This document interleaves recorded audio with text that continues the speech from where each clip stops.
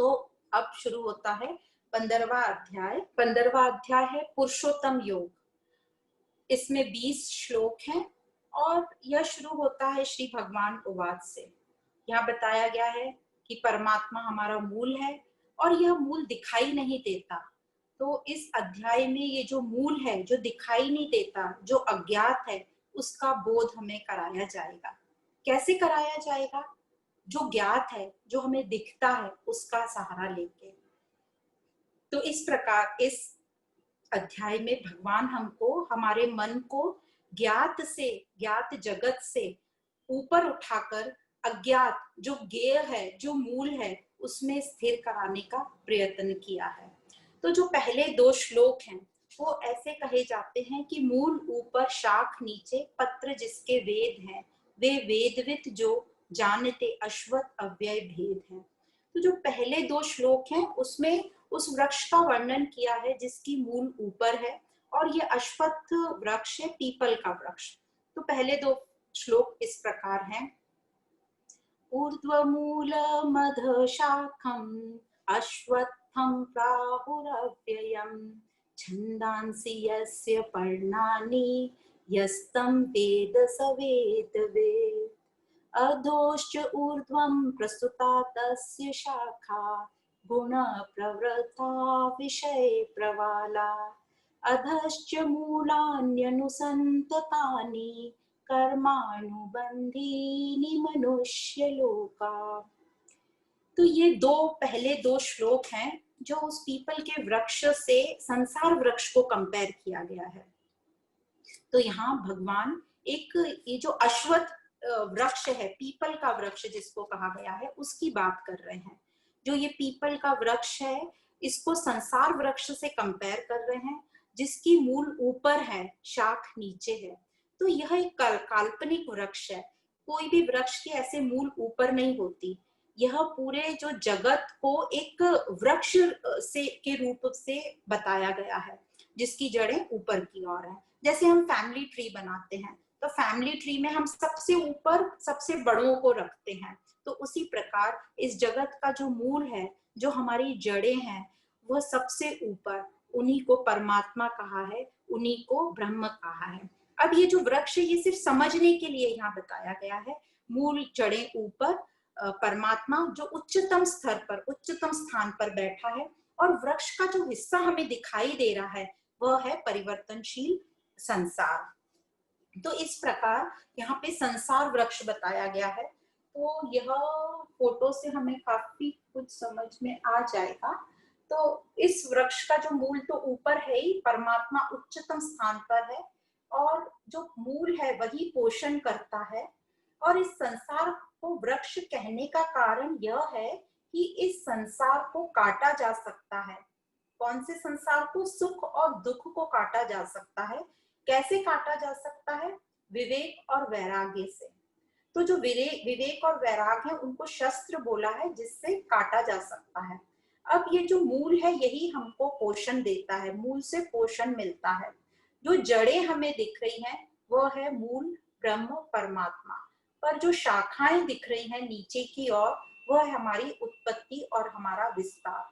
जो अन्य जड़ें दिख रही हैं वह है वासनाएं, जो निकलकर जमीन पर धस रही हैं, वे अज्ञानता के कारण है। उनको जटाएं भी बोला जाता है। जो ऊपर पोपले दिख रही है पत्तियों के बीच में लाल रंग की, वो हमारी विषय वासना है। और इन पोपलों को जल से जो जल देता है उसको, वो है हमारे 3 गुण, सतोगुण, रजोगुण और तमोगुण। जल से इनको वासनाओं को सींचते हैं। जो पत्ते हैं, जो ये वृक्ष में हरे पत्ते दिख रहे हैं, वो वेद हैं। वेद को शास्त्र, मतलब बिना वेदों के, बिना शास्त्रों के ये जो वृक्ष है ये उजाड़ दिखेगा। तो इस प्रकार यह संसार वृक्ष बताया गया है। अब ये जो इस तरीके का होता है, ये पीपल का वृक्ष तो बहुत विशाल होता है। जैसे यदि हम सब ने देखा होगा किसी ने कहीं गांव में या कहीं, तो जो विशाल जो वृक्ष होता है ये इतना बड़ा होता है कि एक फैमिली की बहुत सारी जनरेशन्स उनको देख लेती हैं और कोई भी ये नहीं बता पाता कि ये कब, इसको कब उगाया गया था और इसका अंत कब है। तो इसका आदि और अंत भी नहीं दिखता, इसीलिए इसको लिया गया है संसार वृक्ष से कंपेयर करने के लिए। अब ये जो वासनाएं आ गई हैं, जो ऊपर से हमने देखा जटाएं नीचे की और जमीन में धस रही हैं और वह भी दिखाई नहीं दे रही, इसीलिए वहां पर वासनाओं को अव्यक्त कहा गया था। तो ये वासनाओं का कारण है अज्ञान, और अज्ञानता के कारण हम अपने मूल स्वरूप को भूल गए, और इसका कारण है संग दोष, जो हमने अपने शरीर से और इंद्रियों से, गुणों से संग कर लिया। अब ये संग दोष है, तो इसका ट्रीटमेंट क्या होगा? असंग होगा। तो असंग कैसे करना है हमें? तो असंग के लिए, असंग को यहाँ शस्त्र बोल दिया, असंग शस्त्रेण दृढ़ेन छित्त्वा, मतलब इन असंगता को शस्त्र मानकर उसको कट कर दिया जाए, संग को कट कर दिया जाए। तो ये वासनाओं को काटने की बात कर रहे हैं। काटना मतलब हमें मन से समझ लेना है कि ये हमें आभास हो रहा है, ये असलियत नहीं है, ये तो सब चेंजेबल है। और ज्ञान से समझकर जब हम इसको कट करते हैं तो हम रिलेशंस को कट नहीं करते, सिर्फ अपनी वासनाओं को कट करते हैं। रिलेशंस वैसे ही रहेंगे, सिर्फ मन से समझ लेंगे कि ये परिवर्तनशील है। और असंग होने के दो रास्ते बताए हैं, विवेक और वैराग्य। यही आध्यात्मिक साधना है। विवेक से हमारे विचार शुद्ध होंगे, और शुद्ध विचार से जब हम कर्म करेंगे तो हम कर्मों को यज्ञ में परिवर्तित कर लेंगे, प्रेजेंट में रहेंगे, एकाग्रचित होकर करेंगे तो हमें सक्सेस मिलेगी। और वैराग, वैराग मतलब ज्ञान से जब हमें धीरे धीरे समझ जाएगा कि सब कुछ चेंजेबल है, तो हमें जब ये समझ आ जाएगी तो पूर्णता की फीलिंग आएगी। और तब ये क्वेश्चन आएगा कि जब ये सब चेंजेबल है तो मैं कौन हूँ जो इस पूरे चेंज को देख रहा है और अनुभव कर रहा है। तो परमानेंट की खोज में हम चल पड़ेंगे। तो दृढ़ निश्चय के साथ ज्ञान से जब ये जान लेंगे हम कि मैं ही परिपूर्ण हूँ, और ये सब फिर हमारा जो टेम्पररी हम अपने को लगाव कर लेते हैं टेम्पररी और परिवर्तनशील से, वो छूट जाएगा। तो अपना रोल निभाते हम रहेंगे। यदि हमें ज्ञान से समझ गया, या जिसको ज्ञान से समझ गया, वो अपना रोल निभाते रहता है। जैसे एक एक्टर इंजॉय करता है अपने सारे रोल, पर उसको याद रहता है जो मैं रोल कर रहा हूँ वो मैं नहीं हूँ, मैं तो सिर्फ ये रोल कर रहा हूँ, एक्टिंग कर रहा हूँ। पर उसको पूरे 100% से वो निभाता है, और उसको याद रहता है रियल में मैं कौन हूँ। तो एक रोल से दूसरे रोल में उसकी मिक्सिंग भी नहीं होती।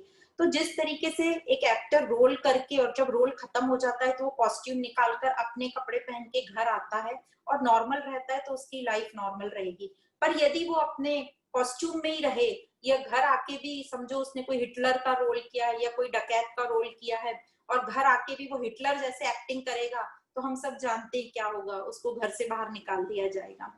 तो इसी प्रकार हम क्या करते हैं, एक रोल से दूसरे रोल में मिक्सिंग करते हैं। तो उसी प्रकार हमको फिजिकली तो कोई घर से बाहर नहीं निकाल सकता, पर हम सबको दुखी करते हैं और सबसे ज्यादा खुद दुखी होते हैं। तो इसी प्रकार ये कहा है, रोल में मिक्सिंग मत करो, सारे रोल करो अच्छे से, पूरा उसमें एंजॉय करके, पर ध्यान रखो कि मैं सत स्वरूप हूँ। तो ये होगा हम साक्षी भाव में आएंगे तब। तो रहना इसी संसार में है, ज्ञान के अभ्यास के साथ चलेंगे तो हम मौज में रहेंगे, दुखी नहीं होंगे, शिकायतें नहीं करेंगे, स्वीकार भाव में रहेंगे। और जो दुखी रहता है उसको शास्त्रों में बोला है विमूढ़ मनुष्य। विमूढ़ मतलब महामूर्ख, और महामूर्ख का कोई ट्रीटमेंट नहीं होता, ऐसा भी कहा जाता है। तो हमको विमूढ़ नहीं बनना है, हमको ज्ञान का साथ लेके आगे चलना है। तो श्री भगवान आगे बोलते हैं कि ये जो सूर्य चांद अग्नि का प्रकाश जो है वो मूल ब्रह्म से ही है। तो ये सूर्य चांद अग्नि के प्रकाश सबको कवर कर लेते हैं। सूर्य मतलब जो डायरेक्ट प्रकाश मिलता है, चांद मतलब जो सूर्य का जो रिफ्लेक्शन चांद पे पड़ता है वो चांदनी हमें दिखाई देती है, तो ये इनडायरेक्ट जो प्रकाश है। और अग्नि जो हम प्रोड्यूस करते हैं सृष्टि में, तो ये तीनों प्रकाश का मूल ब्रह्म है। और जिस प्रकाश मतलब चेतना के माध्यम से हम सारे रंग रूप देख सकते हैं, सभी इंद्रियां अपने अपने विषयों को देख सकती हैं, शब्द स्पर्श सबको अनुभव कर सकती हैं, रस गंध सारे हमारे मन बुद्धि के विचार, यह चेतन प्रकाश सब मुझी से है। इस चेतन तत्व के होते हुए ही ये सब मैं कर पा रहा हूँ। तो ये जो ब्रह्म है वो शुद्ध है, पर मन बुद्धि हमारे अशुद्ध होने से हम इस ब्रह्म को समझ नहीं पा रहे हैं, उस तक पहुंच नहीं पा रहे हैं। तो जिस प्रकार एक ही व्यक्ति की अलग अलग उपाधियां होती हैं, जैसे एक ही व्यक्ति हस्बैंड भी होता है, फादर भी होता है, सन भी, किसी का मित्र भी, एम्प्लॉय भी, बॉस भी, उसी प्रकार एक स्त्री, किसी की पत्नी, किसी की बेटी, किसी की सखी, माँ, सहेली, ये सब होते हैं। उसी प्रकार परमात्मा जब 5 कोश का, 5 तत्व का, मन बुद्धि का साथ ले लेता है तो वो उपाधि धारण करता है जीव की, वो जीव कहलाता है। तो वो व्यक्ति हुआ, इंडिविजुअल व्यक्ति की बात हो रही है। तो जो घट आकाश और महाआकाश में हमें भिन्नता प्रतीत होती है वो सिर्फ आभास है। फिर जब परमात्मा अलग अलग उपाधियां, अलग अलग शरीर, मन, रूप, रंग धारण कर लेता है तो वो जगत बन जाता है। तो वो हुआ संसार समष्टि। तो देह अनेक है, प्रकाश एक ही है, चेतन तत्व। जैसे इलेक्ट्रिसिटी सेम है, बल्ब अलग अलग है, प्रकाश सेम है। और जब यही परमात्मा माया का साथ ले लेता है तो वो कहलाता है ईश्वर। तो इस प्रकार व्यष्टि समष्टि दोनों में परमात्मा मौजूद है, पर वो अकर्ता है, निर्लिप्त है। उसी प्रकार मन के जो सात्विक, राजसिक और तामसिक गुण हैं, भाव हैं, वह भी चैतन्य तत्व के कारण ही संभव है। अब आगे यह बताया गया है कि कैसे मृत्यु के समय हमारे मन बुद्धि दूसरे शरीर में प्रवेश करते हैं। तो ऐसा कहते हैं, मृत्यु के समय जब देह त्यागा जाता है तो जिस प्रकार वायु इत्र के फोए में से, फोए मतलब जो रुई होती है, कॉटन का कॉटन होता है, उसमें हम इत्र लगा के छोड़ देते हैं। तो जिस प्रकार वायु इत्र के फोए से गंध सारी ओर ले जाती है और वह खुद वायु निर्लिप्त रहती है, उसी प्रकार जीव जब देह त्यागता है तो जो सूक्ष्म शरीर है, मन, बुद्धि और हमारी वासनाएं, वो सब आत्मा के माध्यम से दूसरे शरीर में प्रवेश कर जाती है। और जो पीछे स्थूल शरीर छूट जाता है, जैसे रुई का फोया वहीं रहता है, सिर्फ गंध जाती है उसकी सब और।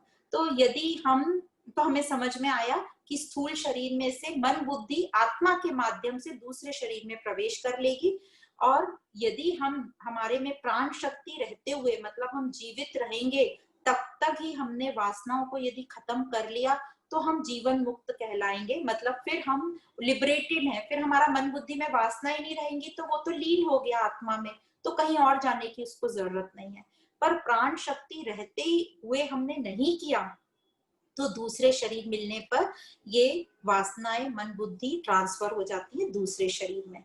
तो इस प्रकार जो गीता है हमें जीवन मुक्ति सिखाता है, जीना सिखाता है कि जीते जी अपनी वासनाओं को कैसे काटें, और उसके लिए हमें अभ्यास का मार्ग भी बताता है। आगे परमात्मा कहते हैं कि ये पोषण कैसे होता है सबका, पूरी सृष्टि का। तो बोलते हैं, मैं ही सूर्य को, चंद्रमा को प्रकाशित करता हूँ। तो जो सूर्य चंद्रमा की प्रकाश से औषधि वनस्पति उत्पन्न होते हैं वो सूर्य, और वह भी परमात्मा की है। मैं ही पृथ्वी में प्रवेश करके अपनी शक्ति से सबको धारण करता हूँ, और पृथ्वी से फिर जो अनाज, जो वनस्पति मिल हो रहे हैं पृथ्वी में, उनको जो खाद्य पदार्थ मिलते हैं वो पृथ्वी से मिलते हैं। तो इनडायरेक्टली सब आ रहा है परमात्मा से।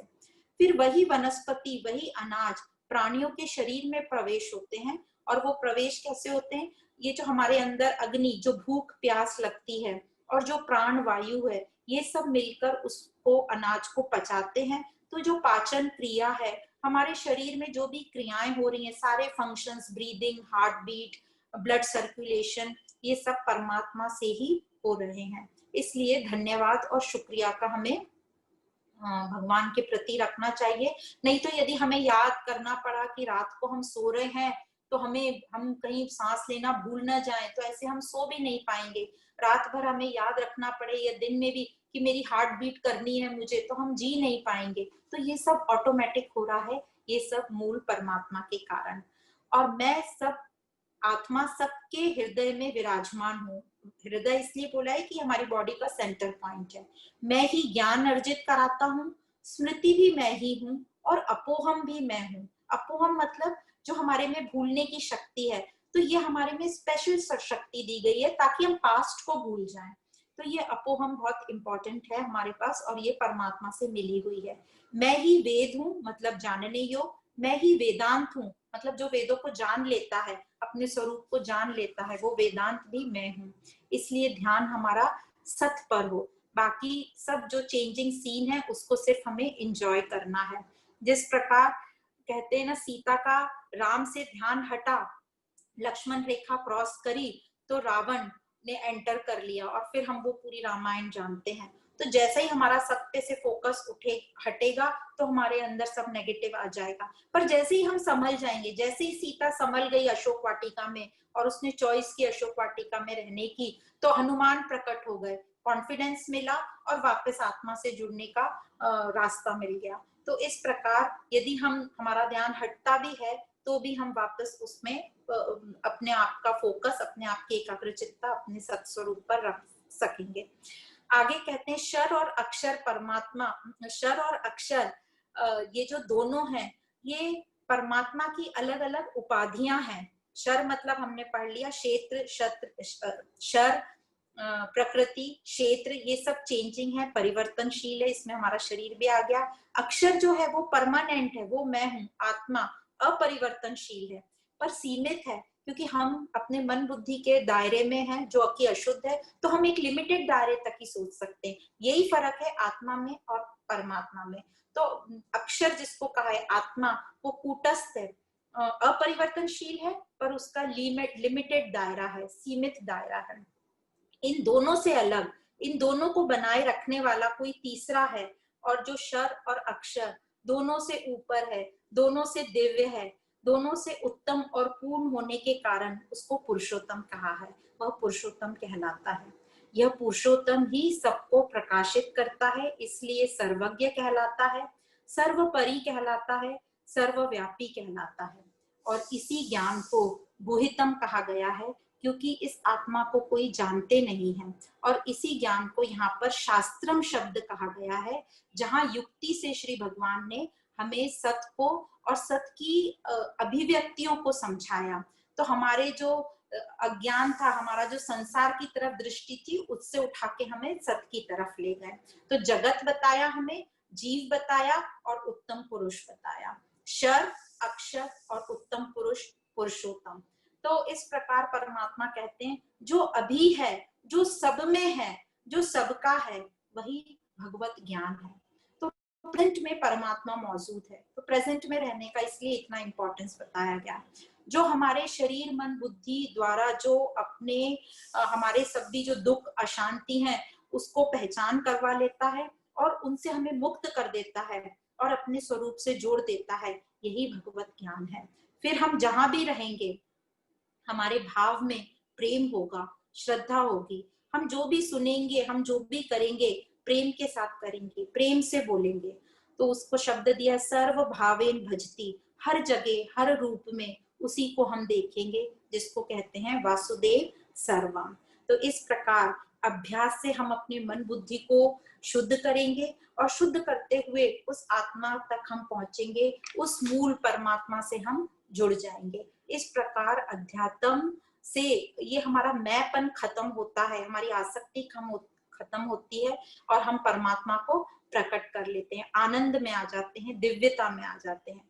जैसे कोई गोल्ड की ज्वेलरी है तो हमें लगता है ना गोल्ड दिखना चाहिए, उसमें चमके तो गोल्ड जैसा, तो उसी प्रकार यदि हम आनंद स्वरूप हैं तो हमारे से आनंद प्रकट होना चाहिए, दिखना तो चाहिए हम आनंद स्वरूप हैं। तो यही है वेदों का अंत, वेदांत, अपने स्वरूप में लौट जाना। यही है आत्मज्ञान का फल, मन में पूर्णता, संतोष का भाव आना। ऐसे व्यक्ति हर परिस्थिति में हर वस्तु को यथार्थ भाव से देखेंगे, एज इट इज स्वीकार करेंगे। तो इस प्रकार 15वां अध्याय पुरुषोत्तम अध्याय नाम से यहाँ समाप्त होता है। तो छोटे छोटे एग्जाम्पल से हम यहाँ विराम देंगे। जैसे एक दीपक पूरे रूम को या पूरे घर को रोशन कर देता है, या दूध के हर बूंद में जैसे मक्खन होता है, उसी प्रकार सृष्टि के कण कण में वो परमात्मा, वो मूल, वो ब्रह्म मौजूद है। और जिस प्रकार दीपक रोशन कर देता है, उसी प्रकार एक परमात्मा इस पूरी सृष्टि को रोशन किए हुए है। तो एक छोटा एक और दृष्टांत याद आता है। एक बार एक छोटे बच्चे ने अपनी छोटा जो बच्चा था वो खेल रहा था, तो उसकी माँ आई और उसको मंदिर ले गई और बताया कि देखो बेटा ये मंदिर है, यहाँ भगवान रहता है। फिर कुछ दिन बाद उस बच्चे के दादा दादी घर आए, तो माँ ने कहा बेटा इनके पैर छुओ, आशीर्वाद लो, इनमें भगवान, ये भगवान का रूप है। फिर कुछ दिन बाद वो बच्चे को स्कूल भेजा गया, तो माँ ने बताया, बच्चे को समझाया कि जो स्कूल में जो टीचर्स हैं, जो गुरु हैं, वो भगवान का रूप है और ये जो किताबें हैं इसमें भगवान बसता है। फिर कुछ दिन बाद वो बच्चा अपने दोस्तों से लड़कर आया, तो माँ ने बोला बेटा लड़ते नहीं, सब बच्चे भगवान का रूप हैं। फिर कुछ दिन बाद वो बच्चा अपना टिफिन आधा खा के लेकर आ गया, तो माँ ने कहा बेटा अनाज को ऐसे छोड़ते नहीं, अनाज इसमें भगवान बसता है। तो बच्चे ने बोला कि माँ मुझे समझ गया कि सब में भगवान बसता है, पर अब मुझे एक बात समझाओ, मुझे कोई ऐसी चीज बताओ जहाँ भगवान नहीं है, जहाँ भगवान नहीं बसता। तो इस प्रकार ये क्वेश्चन हम सब के लिए है। अब हम सब अपना अपना सोचेंगे कि इसका आंसर हमें क्या देना है, और इस प्रकार यहाँ परमात्मा के मूल स्वरूप के साथ, जो परमात्मा कण कण में व्याप्त है, वासुदेव सर्वम, उसके साथ ये 15वां अध्याय पुरुषोत्तम योग यहाँ पे समाप्त होता है। इसमें 20 श्लोक थे, 20 श्लोक थे। पहले 6 श्लोक, फर्स्ट से 6th श्लोक तक हमें जगत और जीव बताया कि जगत चेंजेबल है और जो जीव है वो अक्षर कूटस्थ है, और इन दोनों से परे ऊपर जो सर्वज्ञ है, परमात्मा है, ब्रह्म है, अक्षर, वो बदलने वाला नहीं है। तो वो बताया 12th से 15th श्लोक में कि ब्रह्म जो मूल है वो इन दोनों में है, शर और अक्षर। फिर 16 से 20th श्लोक तक उत्तम पुरुष की बात बताई। जो उत्तम पुरुष है वो शर और अक्षर दोनों से उत्तम है, दोनों से उच्च पूर्ण है और दिव्य है, इसलिए वो पुरुषोत्तम कहलाया। तो इस प्रकार ये 20 श्लोक के साथ पुरुषोत्तम अध्याय यहाँ समाप्त होता है। आप सभी को बहुत बहुत धन्यवाद एवं प्रणाम।